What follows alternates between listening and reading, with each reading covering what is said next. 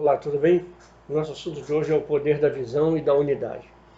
Existem dois princípios no reino, que a igreja ainda não entendeu até hoje, o poder da visão e o poder da unidade.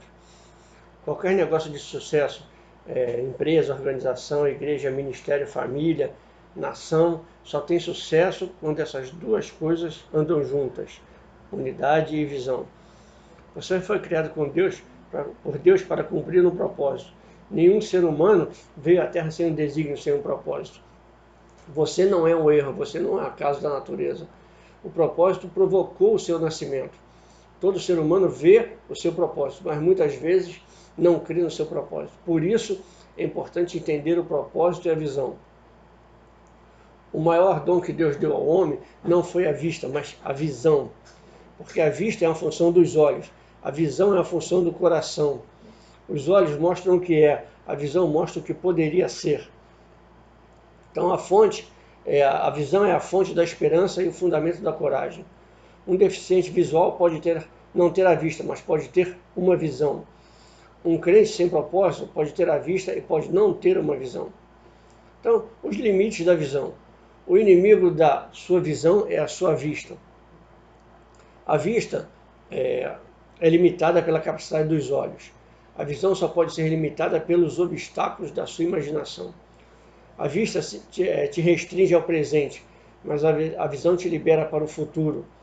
A vista lida com o conhecido, mas a visão lida com o desconhecido.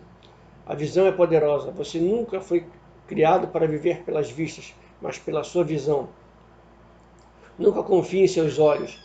A visão é uma fonte de esperança, é o fundamento da coragem. Quando um homem ou mulher tem visão, ninguém pode pará-los. Em 2 Coríntios 5:7, o apóstolo Paulo disse para Sila: nós vivemos por fé e não por vista. Não confie em seus olhos. Seus olhos te deixam deprimido, sua visão te encoraja. Seus olhos te deixam frustrados, mas a sua visão te motiva. Pare de viver pelos seus olhos e aprenda a viver pela sua visão, a visão do reino, a visão que o Eterno tem para dar para você. Então, como se define a visão? A visão é a capacidade de ver além dos seus olhos, de ver mais distante do que seus olhos podem ver. É a capacidade de ver o invisível e crer que é possível. Você nasceu com uma visão, mas os seus olhos estão te impedindo de ver. Não confie nos seus olhos. Em Provérbios 29:18, nos mostra uma das declarações mais importantes e profundas sobre a nossa visão. Foi escrito pelo homem mais rico, e ele era um rei, era um político, era filho de Davi, seu nome, Salomão. Então ele diz: onde não há revelação, visão, o povo perece. Ele queria ensinar alguns princípios. Então, o primeiro princípio: a visão é mais importante que o visionário. Salomão não disse: sem o líder o povo perece, porque os líderes são substituíveis, mas a visão é para sempre. A visão dá ao povo propósito e sentido. Sem visão as pessoas se espalham. Quando um povo se reúne é porque tem um propósito.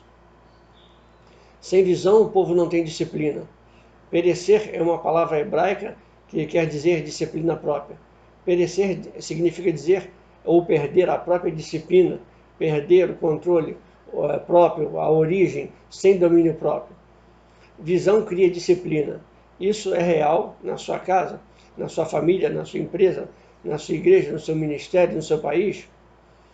A visão é a fonte da unidade corporativa. A chave para a unidade não é a uniformidade, mas a visão. A visão sempre é pessoal, mas nunca é privada. Deus nunca dá uma visão a um grupo de pessoas, mas sempre dá a um indivíduo. Você tem uma visão para a sua vida, Deus lhe deu. A visão é pessoal, mas é corporativa. A visão pessoal tem que ser cumprida dentro de uma visão corporativa. A visão nunca é cumprida no isolamento. A visão precisa da unidade de outras pessoas para que elas sejam cumpridas. Por isso que nós falamos também do poder da unidade. A visão produz interdependência. Jesus veio à Terra com uma visão, que era redimir o mundo. E Jesus disse: este comando eu recebi do Pai e vou entregar a minha vida para salvar o mundo. E no seu primeiro ato, quando ele chegou, começou a escolher os discípulos, visão pessoal, mas para se cumprir corporalmente. Deus cria interdependência para te manter humilde. Não importa quão grandes sejam as suas ideias, você precisa de outras pessoas para cumpri-las. Deus disse a Moisés: sozinho no deserto, aqui está o seu propósito. Você nasceu para libertar o povo do Egito. Uma instrução pessoal. Moisés viu seu propósito antes. Quando ele viu um egípcio oprimir um israelita, ele ficou irado. Seu propósito lhe deixa irado. Moisés se irou porque ele viu seu propósito. Quando você vê a sua visão, isso te deixa irado. Jesus era movido por compaixão, que é a ira correta. Se você consegue ver Deus preocupado de tudo, você ainda não encontrou o seu propósito. O que te faz chorar quando você vê é a sua própria visão falando contigo. A visão e o seu propósito vão fazer você um fugitivo. As pessoas não vão crer em você. Moisés correu para o deserto e 40 anos depois, Deus vem e diz: Moisés, como está? Você é um pastor, esse é o teu emprego, mas seu trabalho é ser um libertador.